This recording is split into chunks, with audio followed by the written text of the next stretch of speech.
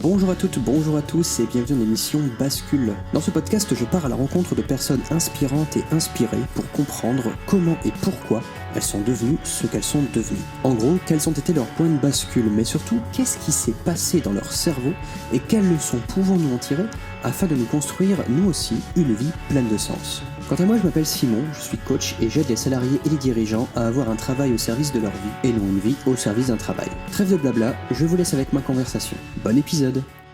Salut Roman, merci beaucoup d'avoir accepté mon invitation. Est-ce que tu peux te présenter en quelques mots? Salut, merci Simon pour cette invitation. Avec grand plaisir d'être ici pour partager mon parcours, comme tu me l'as dit en off. Alors, qu'est-ce que je fais aujourd'hui? J'ai l'étiquette de business coach collée sur le front depuis maintenant 2 ans et demi, je dirais depuis septembre 2020. Donc, ouais, 2 ans et demi en effet. Ce que je fais, c'est que j'accompagne principalement les coachs et les consultants, ou alors les freelances et les CMMA. Donc, on est vraiment sur soit tu vends un service, soit tu vends du coaching Mhm. sur Instagram. Je prends principalement sur Instagram et on les accompagne tous ces personnes-là à développer tout un business autour de leurs ultra compétents, de ce qu'ils veulent développer d'eux-mêmes. C'est soit des personnes qui commencent de zéro, donc qui ont une compétence mais qui ne savent pas l'exploiter, soit des Mhm. personnes qui font déjà entre 2 5 000 euros par mois et qui veulent aller chercher de plus grands sommets. Et on a une particularité, c'est qu'on se focalise beaucoup sur la science pour avancer avec le développement d'un pôle R&D au sein de mon entreprise qui est géré par un docteur en sciences humaines. Ok. C'est hyper précis. Euh, comment ça t'est venu du coup cette idée-ci? Je vais parler comme un vieux con, mais je crois que t'es pas, ouais, t'as 20 ans, je sais plus exactement. J'ai 20 ans, tout à fait. Ouais. C'est pas, c'est peu commun en fait de faire ça à ton âge. J'ai vraiment Tout à l'impression d'être fait. un vieux con. C'est complètement OK, non, c'est des questions tout à fait légitimes. En fait, je suis tombé dans le monde de la psychologie humaine et de l'entrepreneuriat, alors au grand sens du terme, hein, ça c'est vraiment pour faire le storytelling Ouais. un peu stylé, quand j'avais, 13-14 ans. Ok, ouais. En soi, rien d'exceptionnel et rien de différent, je pense, que des personnes qui ont actuellement 13-14 ans et qui se posent des questions sur leur avenir. Mhm. Je suis très frustré dans ma vie, je ne sais pas où est-ce que je vais aller. Le collège, c'est pas comme s'il t'aide vraiment, le lycée pareil. Donc, j'ai commencé à chercher un peu sur internet, hein, vu qu'on je suis dans cette génération-là Ouais. où internet était omniprésent dès mon jeune âge. Ça a été, comment je gagne de l'argent sur internet, comment je Mhm. deviens libre et puis très rapidement, je me suis mis dans la tête que argent égale liberté. Même si Ouais. ma définition de l'argent à l'heure d'aujourd'hui, elle a bien évolué et bien plus large aujourd'hui. La base tout de même de la liberté géographique, financière, c'est Mhm. l'argent. On aura beau dire Ouais. ce que l'on veut, que ce soit injuste ou que ce soit juste, que ce soit juste, Mhm. c'est une vérité, c'est un fait. Donc, je suis tombé là-dedans, j'ai monté, alors quand je dis monter, j'ai tenté plusieurs business, c'est plutôt ce terme-là. Je suis passé par un peu tout ce qui peut, exister sur cette planète, je pense en termes de business en ligne.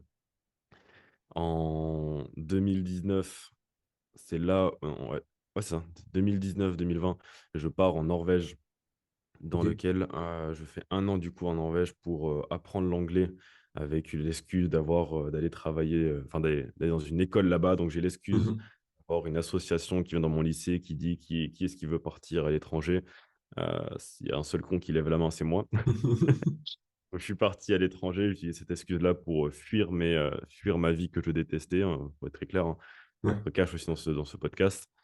Et je me suis entouré de mentors, US. Du coup, dès que j'ai appris Ok. l'anglais, je me suis rapproché de Iman Gadzhi, de Dave Talas, d'Ian Walker à ce moment-là, alors digitalement évidemment. Mhm. Et c'est là où j'ai compris, à plus haut niveau comment on monte un business, psychologie humaine et certainement Mhm. plus aussi le personal branding à l'époque. Ouais. Donc c'est en 2020 que je lance mon compte Instagram. J'avais déjà monté une SMMA avant, donc là, je mets en application toutes les leçons que j'ai tirées d'accompagner des Mhm. clients dans leur stratégie digitale sur moi. Mhm. Et je ne sais pas si tu t'en rappelles, vu que tu me connais depuis un bon moment, j'étais avec le Bob Rose. Oui, Donc ouais. j'arrive avec une identité assez forte, assez différente, assez disruptante. Et de plus en plus, on me pose des questions sur comment on monte un compte Instagram, comment on monte une personal brand.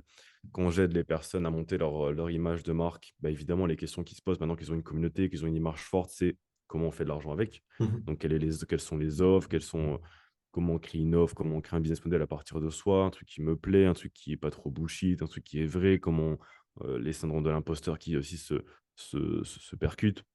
Donc, ce mélange-là a fait que je suis assez rapidement finalement monté en tant que business coach parce que Mmh. je n'aidais plus uniquement dans le community management et dans la marque personnelle de la personne, mais du coup au plus large sens sur le business de la personne. Donc c'est OK. comme ça que m'est venue l'idée et évidemment, on vend bien plus cher aussi, hein, si on parle cash, on vend Mmh. bien plus cher des services de business coach que de CM. OK. Il y a mon chat qui fait «non», mais je t'écoute en même temps. C'est cool. Ce sont les aléas du direct. OK, juste pour nos auditeurs, qu'est-ce que c'est qu'une SMA?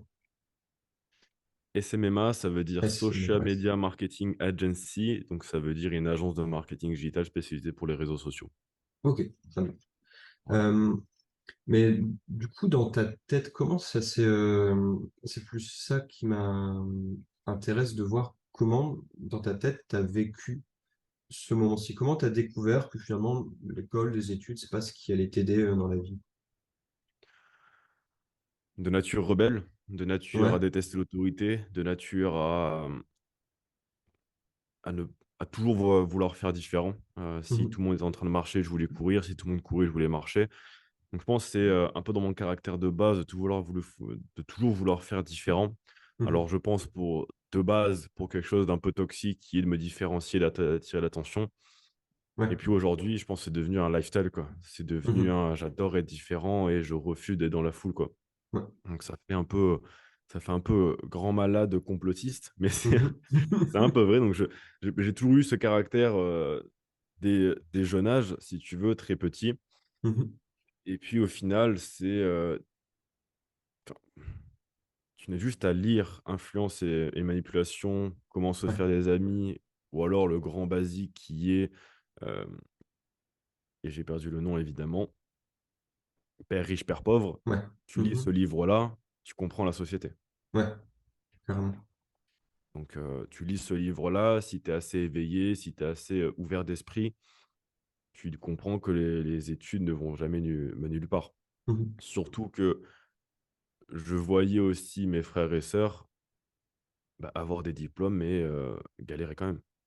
Donc je voyais Carrément. tout le monde galérer avec des diplômes Mmh. et je n'ai jamais, fait confiance, bah, en ces diplômes-là, quoi. Mmh. Ouais. OK. Je vais encore parler comme un vieux, mais comment tu as géré ça avec tes parents? Mais j'ai pas à gérer ça. D'accord, J'ai OK. très mal géré ça. J'ai très, très mal j'ai pas géré, j'ai pas géré, j'étais un petit connard, dans sa chambre qui faisait genre qu'il jouait aux jeux vidéo et du coup, c'était le petit con, quoi et Mmh. je pense qu'il y a 2 types de réactions possibles. C'est soit tu rentres en conflit tout le temps, Ouais. soit tu te recroquevilles sur toi-même Mmh. et je me suis recroquevillé. OK. Je me suis recroquevillé, je me suis senti extrêmement seul, donc j'ai appris à vivre dans la solitude, entouré de personnes. C'est Mmh. encore un truc différent Ouais. d'être seul physiquement et d'être seul uniquement dans sa tête. Mmh. Maintenant, je pense que si tu poses la question à 100 personnes: «Est-ce que tu te sens seul?» Ils vont tous répondre «oui», à Ouais. plus ou moins grande échelle. Mmh mh. Donc en soi, c'est pour ça que je te disais en off, j'ai rien de différent d'un mec de 13 ans qui songe encore maintenant à son passé, à son futur, quoi. Mmh mh. Ouais. Donc je l'ai très mal géré, beaucoup, mais il y a quand même eu des conflits, hein, il y a Mmh quand mh. même eu des conflits, il y a eu quand même eu des phrases que je regrette avoir dit à ma mère. Il y a eu des Oui, il y a eu du combat, Mmh. mais si on ne combat pas pour ce en quoi on croit, on va pas grand loin, Ouais. pas vraiment loin. Non, carrément. C'est, de toute façon, enfin, à moins d'être dans une famille vraiment toxique, la plupart des parents veulent le meilleur pour leurs enfants, quitte à en leur interdisant de faire certaines choses, de prendre des choses qu'ils ne comprennent pas. Ça reste des humains, inconnus égale danger Mmh. et du coup, il y a toujours forcément du conflit et l'émancipation, elle vient pas seulement de la géographie, elle vient aussi dans la tête. Est-ce que, tu as réussi à apaiser les petits conflits qu'il y avait? Est-ce que vous vous reparlez ou c'est Bah, non difficile? seulement j'ai réussi à apaiser mes relations, mais en montant en compétences de psychologie humaine, j'ai amélioré toutes mes relations sociales. Ouais. Parce que comme tu l'as dit, tu l'as extrêmement bien dit, ma mère m'a toujours dit: tant que tu es heureux, fais-le. Mhm. Ouais.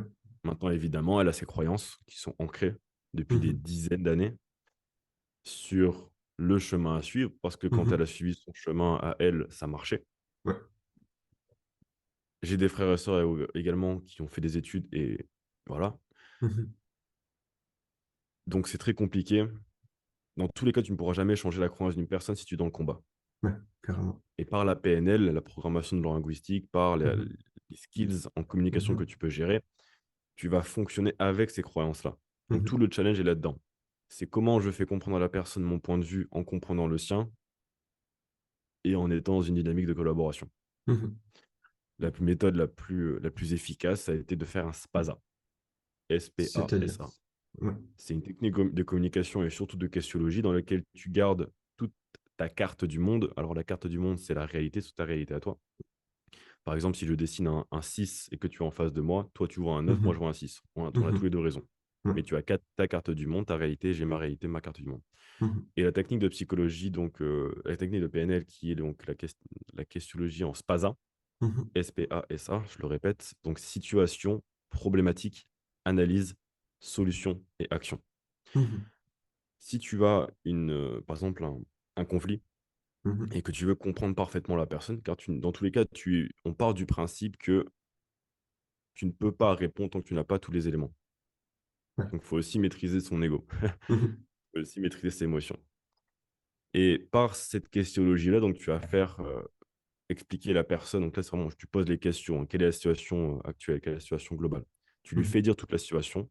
Ensuite, tu l'as fait analyser avec la problématique. Donc, tu l'as fait synthétiser, pardon, Mhm. en un seul mot, la problématique, pour que elle, elle- elle active son pouvoir d'analyse et tu l'as fait analyser ce mot-là en particulier qui vient de sortir, par exemple Mhm. communication. Ouais. Dans 90% des cas, les problèmes, c'est communication. Mhm. Tu lui fais trouver des solutions et tu lui fais trouver une action. Ok. Ce qui fait que de base, quand c'est des insultes, quand c'est des mots qui tranchent, quand c'est des cris, quand c'est des pleurs, bah, tu peux apaiser la situation en t'intéressant, en étant bienveillant. Mhm. Ok. D'autant plus que la personne, d'autant plus quand c'est ta maman, évidemment, elle sera ouverte à la discussion. Mhm. Parce qu'elle est quand même là, à part comme tu l'as dit, si c'est une famille très toxique avec très peu de communication, donc dans tous les cas, c'est dur, hein, de communiquer. Mhm. Mais je suis Carrément. persuadé que tu peux communiquer avec n'importe quelle personne sur Terre et avoir, avec les bons skills de communication, un échange intéressant. Mhm. Oui, ça fait presque dans un truc beaucoup plus grand, les négociations avec les otages, les trucs comme ça, comme on peut voir dans les films. Il y a Alors, je pense pas qu'ils finalement... utilisent Spaza, mais Non, en effet. non, mais je veux dire, s'ils arrivent à communiquer Ouais, avec des personnes en mode je vais tout buter, je sais pas quoi, ouais, il y a moyen de communiquer avec ses parents. je pense. Ouais, bien sûr. Et là, du coup, si on retrace un petit peu ton parcours, tu m'as dit que étais parti en Norvège, quoi, au lycée, j'imagine, ou plutôt au collège? C'est entre la première et la terminale, et je ne suis jamais retourné en terminale. Donc après Ok, la première. ouais. Et comment tu as découvert le monde du business? Du coup, enfin, si j'ai du mal à imaginer que d'arrive à. Non, ce que tu m'avais dit, c'est voilà, je veux ma liberté, liberté égale argent, comment je fais de l'argent? Et c'est là que tu découvres du coup le business US. Exact. Ok. Tu as Alors, pris le vraiment le business gros français, hein, raccourci. j'ai Ouais. tapé vraiment tout le, tout le marché francophone avant d'avoir la conclusion, le marché francophone est limité, et Mhm. ensuite d'aller sur les US. Ouais. Et à 13-14 ans, oui, j'ai commencé par un peu tout, quoi. Mhm. J'ai regardé comment faire des sondages et gagner de l'argent, j'ai regardé le dropshipping, j'ai fait du MLM, j'ai tout fait. J'ai Mhm. fait de l'affiliation, j'ai fait des blogs, c'était un Ouais. bordel. Donc il y avait Très vraiment compétitif. cette envie de liberté qui est là et que j'imagine il est toujours là. Est-ce que Mhm. avec le recul, tu as l'impression que tu fuyais quelque chose? Ah ben complètement. D'ailleurs, je ne faisais que fuir. Et c'est pour ça que j'ai pas réussi. Ouais. Je ne faisais que fuir. Je n'étais que dans cette énergie de fuite et de je ne veux plus. Mhm. C'était que ça. C'est uniquement ça. Et c'est ce pourquoi, durant les 5 premières années, c'est pour ça que ça me fait rire quand j'ai des gens qui se plaignent au bout de 1 ou 2 mois, qui n'ont pas de résultat. Moi, j'ai tapé Mhm. 5 ans en Ouais. traversée du désert, en étant seul, en me faisant lyncher, tu vois, sur tout ce que je faisais, c'était mal, quoi. Mhm. Et Après, je peux comprendre quand tu descends de ta chambre et que tu dis à ta mère à 15 ans, ah maman, j'ai investi en bourse. ouais. Je pense que ça peut faire flipper en effet. Bah, surtout que c'est pas forcément ton. Enfin, si, c'était peut-être ton propre argent euh, à Mhm. l'époque, mais généralement, tu es dépendant financièrement de tes parents. Ouais, complètement, complètement. Donc, et puis ça fait flipper, quoi. C'est Oui, juste ça. ouais, non, mais c'est. Oui, la bourse, c'est la loterie, c'est aléatoire, on va devenir pauvre, enfin, etc. Ouais, c'est des sharks, c'est toutes les Mhm. croyances liées et qui sont réelles aussi. Bien sûr. La force, quoi. La force. Et, et avec le recul que tu as aujourd'hui, tu sais ce que tu fuyais. Je fuyais la frustration et j'ai jamais su l'expliquer, donc je l'explique de la sorte suivante. J'avais une boule dans mon ventre qui grandissait, une boule d'énergie, de frustration, de colère, Mhm. tiens. Ouais. Et une lueur d'espoir sur le fait qu'un jour je deviendrai riche, mais il y a une toute petite lueur, si tu veux. C'est comme si tu Mhm. allais très très profond dans l'eau, que tout était noir autour de toi, mais que tu avais au-dessus une tout petit semblant de lueur, tu vois. Mhm. Ouais. Et c'était ça. Si je représente ma vie, c'était exactement ça. Mhm. Une boule Ouais, d'énergie négative, je sais pas comment exploiter mon potentiel. Et je pense que Mhm. tout le monde le ressent au fond, et c'est pour ça que les gens s'identifient à moi aussi dans les accompagnements. C'est souvent pour cette histoire-là de j'ai une boule d'énergie, je sais que j'ai une putain de truc à exploiter et je ne Mhm. sais pas comment faire et c'est bloqué et je suis à 2% de mon potentiel et je ne sais pas comment atteindre les 100%. Je Mhm. veux exploiter mon plein potentiel. Ouais. Je veux accomplir, je veux grandir, je veux impacter, je veux changer. Tu vois. Mhm. Cette volonté-là, je pense qu'elle est commune à tous les grands entrepreneurs que j'ai rencontrés, ils avaient ce truc. Et c'est toujours un truc qu'ils ne savent pas vraiment expliquer, mais c'est un truc qu'ils ont toujours eu. Mhm. Ok. Ben, intuitivement, juste pour l'anecdote, moi j'ai fait 5 ans de philo et de la philo expérimentale où on s'intéresse énormément un peu au sens de la vie, vraiment les grands penseurs ou quoi que ce soit. Et tu as Hegel, le philosophe Hegel, qui est indigeste à lire, mais il dit des trucs quand même intéressants. Et en gros, il dit que le plus grand besoin de l'humanité, ce qui fait vraiment pourquoi les personnes font ce qu'elles font, c'est qu'ils cherchent la reconnaissance. C'est en gros notre conscience Mmh. qui recherche la reconnaissance dans la conscience de l'autre, en sachant pertinemment qu'on ne pourra jamais être sûr à 100% qu'on est reconnu. Et du coup, généralement, les personnes fuient, enfin, ce qui nous pousse à faire ce qu'on fait, en dehors de la peur de la mort, des angoisses de mort, c'est vraiment ce besoin de... Alors, ça va paraître hyper perché ce que je veux dire, mais crier à l'univers qu'on existe. C'est, Mmh. t'as le silence de l'univers qui te répond pas, parce qu'il en a rien à foutre de ta vie. C'est juste un micro-poussière sur un micro-poussière. Et comme on a cette capacité de conscience, on a besoin d'être reconnu à travers l'univers. Et seulement, tu peux dire à n'importe quel arbre ou caillou, ah, salut, j'existe. Oui, il s'en fout. Il n'y a que les humains qui peuvent, du coup, te donner cette reconnaissance. Et généralement, c'est ça. Et, et généralement, en tout cas de plus en plus, j'ai l'impression qu'il n'y a que dans l'entrepreneuriat que tu peux assouvir cette forme de besoin de reconnaissance, qui ne s'assouvira jamais vraiment, ce qui va nous pousser du coup à toujours vouloir grandir et grandir et grandir. Mais généralement, c'est ça. Bah, je pense que dans l'entrepreneuriat, en effet, vu que tu le vis au quotidien parce que tu fais tout un tas de trucs, consciemment, on va dire et tu te bats en permanence dans ce besoin de reconnaissance-là. Maintenant, je pense que dans tous les métiers, si tu es, heureux dans ce que tu fais, tu ressentiras la reconnaissance parce que tu te sentiras utile, si tu veux. Mhm. Les médecins, les urgentistes, ils font un travail exceptionnel et je pense qu'ils quand et s'ils sauvent une vie, qu'ils reçoivent un merci, ils ressentent la reconnaissance aussi. Ouais. Mais en effet, ouais, je pense que c'est ça et d'ailleurs si j'ai échangé avec des personnes, atteintes de dépression et l ce qui ressort le plus, c'est qu'ils se sentent inutiles. Mhm. D'ailleurs, c'était, Chris Laquiès qui s'y connaît énormément là-dedans en psychologie, en neurosciences et dans la thérapie et il m'a dit la chose suivante, c'était qu'à peu près 80-90 des dépressions qui étaient guéries ont été guéries par se faire sentir utiles les personnes. Ouais. C'est pour ça qu'on leur donne, qu'on leur donne, c'est un peu bizarre de dire ça, des chiens auxquels s'occuper. Mhm. On les met dans des associations pour Ouais. qu'ils aident les gens et Mhm. quand tu te sens utile, donc ça revient peut-être au besoin de reconnaissance, bah, tu te sens bien Mhm. et je pense que c'est ça au fond. C'est pour ça qu'on est dans ce podcast aujourd'hui, c'est pour ça qu'on crée du contenu, c'est pour Ouais. ça qu'on teste, c'est pour ça qu'on crée. Mhm. L'humain est créateur. Mhm. Non, carrément. Non, et effectivement, c'est quand. Alors, je dis qu'il n'y a que dans l'entrepreneuriat, peut-être que je pense que j'exagère, je vois, tu un petit peu marseillais sur les bords. Mais ouais, c'est vraiment essayer de trouver sa place dans l'univers, mais cette place en tant qu'humain et surtout dans l'interaction qu'on peut avoir avec les autres. Et tu disais que dans ton business, tu te fondais beaucoup sur la science, les neurosciences. Est-ce que tu pourrais expliquer comment tu fais? Comment je le fais? Je fais appel au meilleur parce Ouais. que moi, je suis pas excellent. Alors, un truc à savoir sur moi, c'est que je suis très compétent, mais sur très peu de choses. Mhm. Je suis très peu cultivé, mais sur le peu de choses que je maîtrise, par exemple, le spasa, je le maîtrise énormément. Je le maîtrise Ok. très, très bien.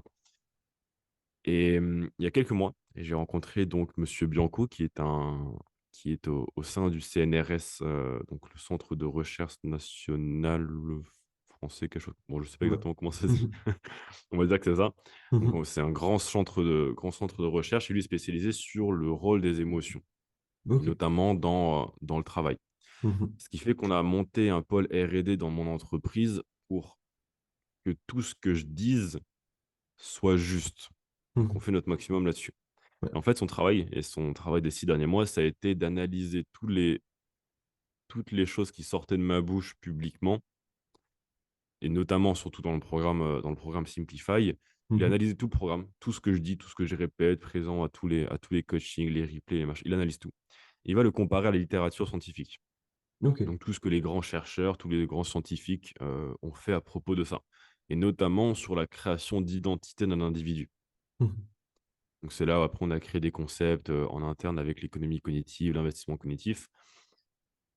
Et du coup, c'est comme ça que moi j'utilise la science et la neuroscience, donc enfin la science de manière globale, Mhm. psychologie, pour accompagner les personnes avec une base scientifique juste. Et c'est aussi parce que ça en lien aussi avec mon combat qui est contre tout ce développement personnel fragilisant et tout le bullshit ambiant dans lequel on peut te plonger dans les réseaux sociaux.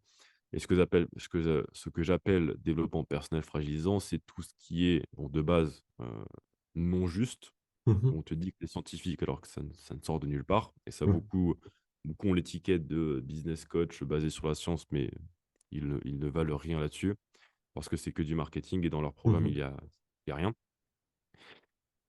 Le développement personnel fragilisant, ça vient aussi du contenu mal consommé. Mhm.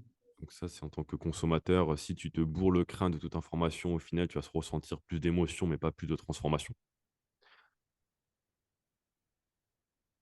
Et toutes ces autres pratiques-là, donc autour de ce qui peut être fragilisant selon moi, comme par exemple, tu es dans une situation d'urgence, on va te dire pars en introspection, ne fais rien, Ouais. prends Mhm. le temps pour toi, alors que tu as une urgence dans la Mhm. matière. Mhm. Donc, c'est toutes ces choses-là qui, moi, me touchent personnellement et qui est mon combat au quotidien. Donc, et vu que je suis jeune, j'ai pas le temps de faire Mhm. des 5 ans, 10 ans, 15 ans d'études. Mhm. Donc, je fais appel aux meilleurs euh, qui m'apportent aussi une certaine autorité sur le marché parce que tout ce que je dis dans mon programme, c'est juste et avéré. Mhm. D'une manière scientifique, quand on parle de psychologie humaine, on n'est pas, c'est bizarre de dire ça, mais on n'est pas testable parce qu'on met toutes Ouais. les bibliographies, pardon, Mhm. tout est vérifiable, tout est public sur ce qu'on balance, quoi. Mhm. Ok, ouais. C'est vrai que ça change un petit peu des. Alors, j'ai rien contre l'énergie ou je sais pas quoi, mais il y a toute une vague aussi de programmes à 2 222 € qu'il faut ouvrir à 11h11 pour Ouais. ressentir l'argent et l'argent viendra à toi ou des choses comme ça. Ça. Voilà, c'est un peu ça mon Ouais. combat aussi. Alors, il y a une question énergétique, de niveau énergétique qui est vrai, qui peut être lié au scientifique. Je ne dis pas que le scientifique explique tout. Je ne dis pas que le Mhm. scientifique Ouais, bien sûr. est, euh, est la centre de tout. Je pense que le spirituel allié au scientifique fait des choses merveilleuses. Je ne maîtrise pas le spirituel, donc je n'en parle pas et ça ne Mhm. m'intéresse pas tellement. Peut-être que dans quelques années, ça m'intéressera. Maintenant, moi, j'aime le rationnel, j'aime ce qui est dans la réalité. Même Mhm. si, en effet, cette question de réalité-là est largement questionnable par la psychologie et par la philosophie. Mhm. Mais voilà, c'est un peu ça quand je me bats. Donc, il y en a qui sont excellents dans les coachings énergétiques et tout ce qui est spirituel parce qu'ils voilà, ils ont travaillé la chose. Et Mhm. puis, tu as tous ces gourous un peu bullshit qui te mettent des prix à 333,3 € parce que c'est le chiffre de la richesse. Ils te Ouais. disent de faire la loi d'attraction sans passer à l'action. Ils ont rien compris, quoi. Et c'est moi, c'est ça que j'appelle le vomi de coach. Mhm. C'est de base une information qui est juste, les niveaux énergétiques, la loi d'attraction. Si on prend l'exemple de la loi d'attraction, c'est quelque chose qui est excellent, qui a été documenté, Mhm. qui a été travaillé, qui a été, mais par les grandes personnes de ce monde, utilisent correctement cette Mhm. loi de l'attraction. Ouais. Mais d'information en information, de vomi en vomi, on avale, on recrache, on machin, on truc, on termine avec des TikTok de mecs assis en tailleur dans la forêt qui te disent: «Je suis en train de manifester mon amour, il va revenir dans 2 heures». Ouais. Faut arrêter. Il y en a qui se tatouent, j'ai vu ça ce matin. Il y en a qui se tatouent le chiffre de la richesse et qui après te disent: «Ouais, j'ai eu ça, gratuit, au restaurant». Mhm. Faut arrêter. Donc, tu rentres ensuite dans ce dans ce puisque tu es convaincu que tout n'est que signe, que tout n'est que manifestation, que tout est parfait, bah, tu vois des signes partout.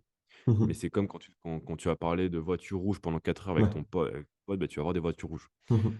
Donc, et c'est pareil pour le négatif. Donc d'un côté, je préfère que les gens soient dans ce côté positif où tout est positif, tout est merveilleux, plutôt que le grincheux, et j'en connais pas mal, qui voit tout Mhm. négatif. Du coup, il ne voit que du négatif. Ouais. Donc c'est tout des questions de cartes du monde et je respecte en tout cas toutes les cartes du monde, mais Mhm.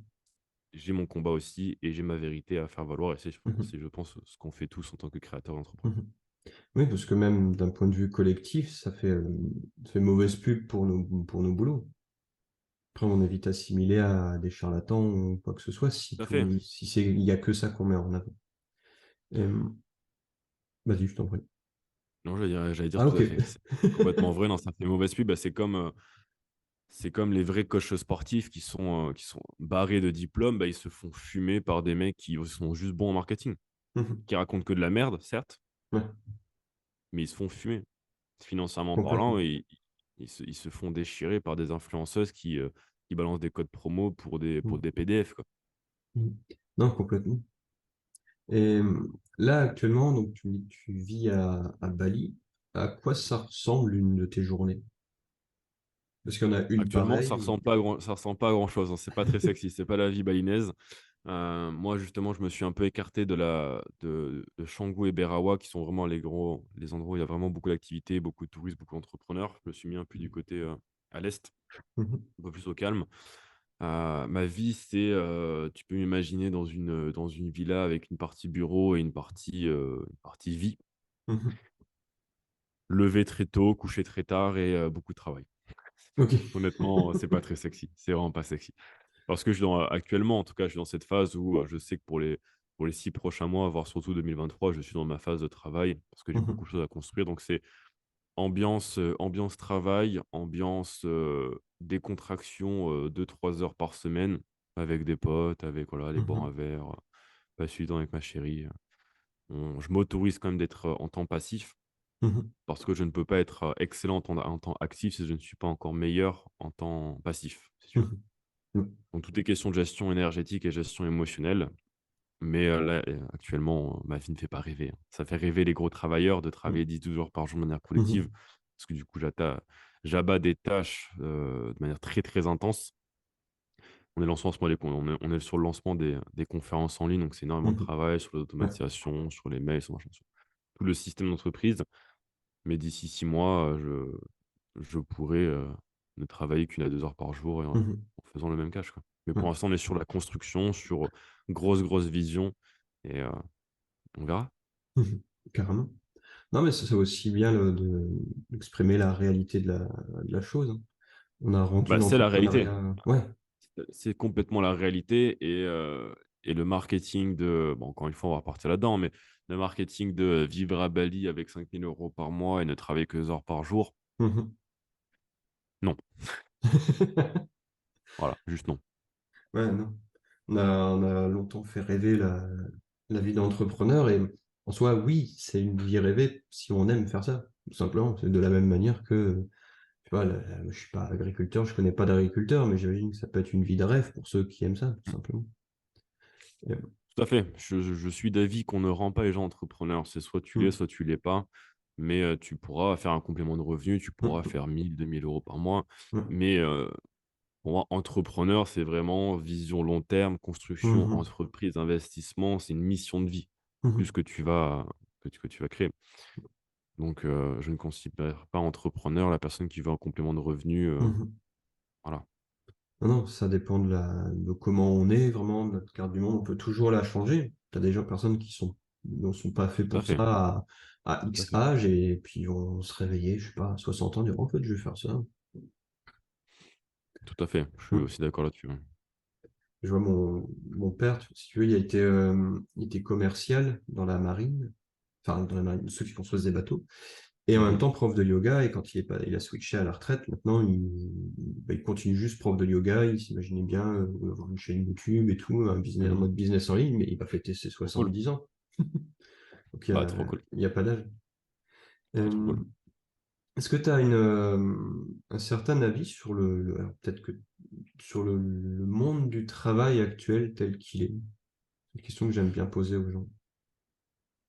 Question que je déteste répondre parce que je ne le connais pas. Bah, après, si tu Non, connais c'est pas, non, y a c'est, pas.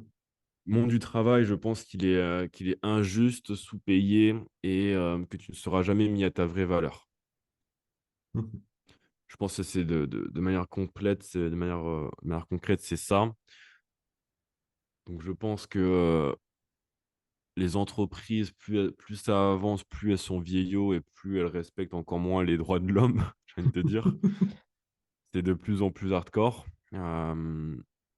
La crise économique a fait que plus personne a du pouvoir d'achat. Plus personne ne se rend respecté. Il y a un ras-le-bol, global.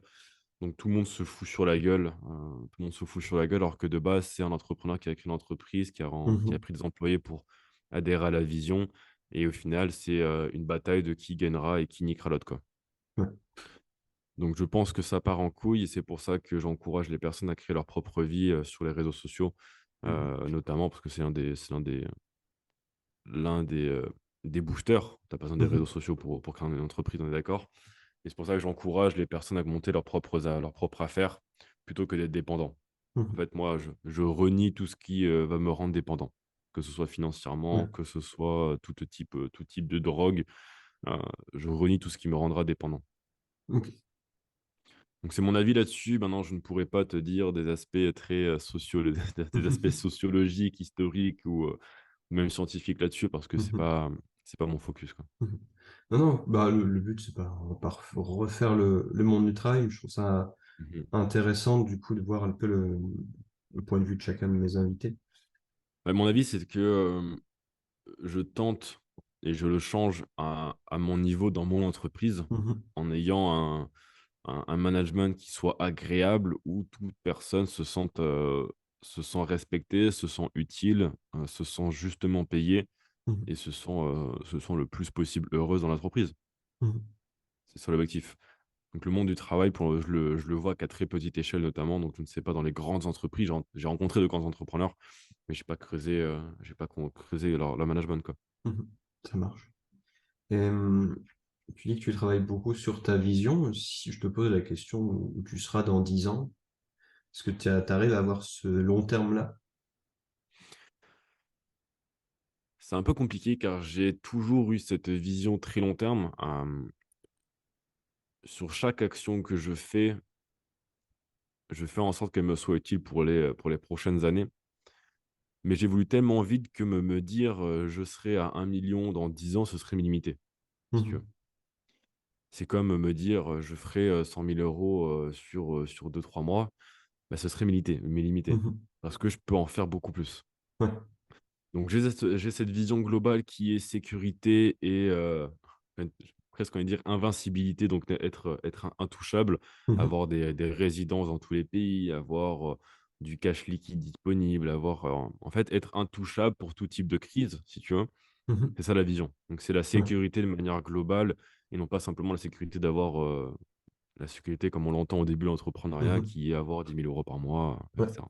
Ouais. C'est la sécurité pour moi, ma famille de manière très, très large. Mhm. Ok.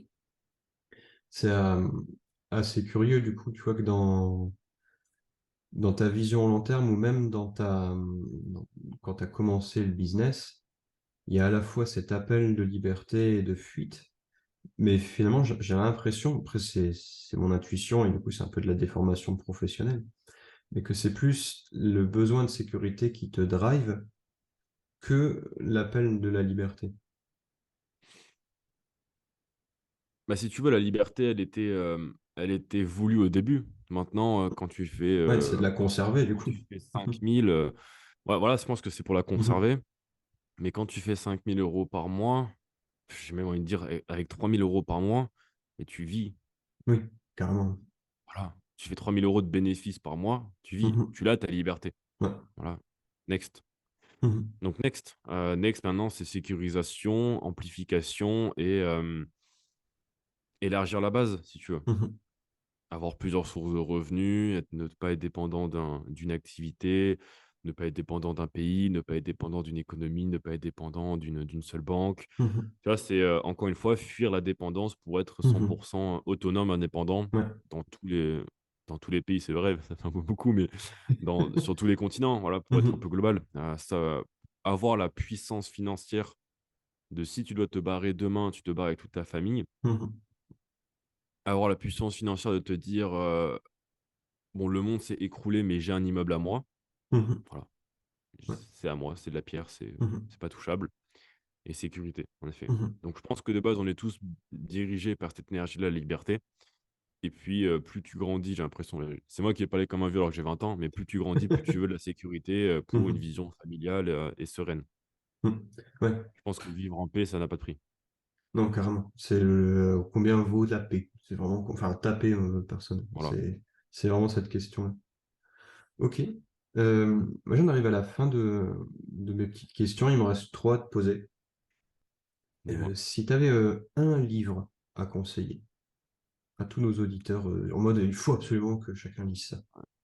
Influence et manipulation, c'est le seul Ouais. livre dont tu as besoin Mhm. pour construire ta vie. Ouais. Tu Ok. le lis, tu l'étudies, tu utilises tous les principes dedans, Mhm. tu changeras tous les aspects de ta vie et celle de ta famille. Ouais. Et c'est tout simple. Carrément. Carrément. Euh, L'autre question, c'est s'il y avait un. Alors, je vais la transformer un petit peu. Si tu avais un conseil à te donner au toi quand tu as commencé, ce serait quoi? Bon, j'ai tellement pas envie de changer ce que j'ai vécu. C'est Ouais. con, hein, mais j'ai tellement pas envie de changer la merde par laquelle je suis passé, quoi. Mhm. Encore une fois, ça fait cliché, mais ça m'a construit. Donc Mhm. la seule chose, c'est j'aurais envie de le rassurer, ce petit gars, et lui dire, on l'a fait, Mhm. check ça, Ouais. on l'a fait. On a mis la daronne à l'abri.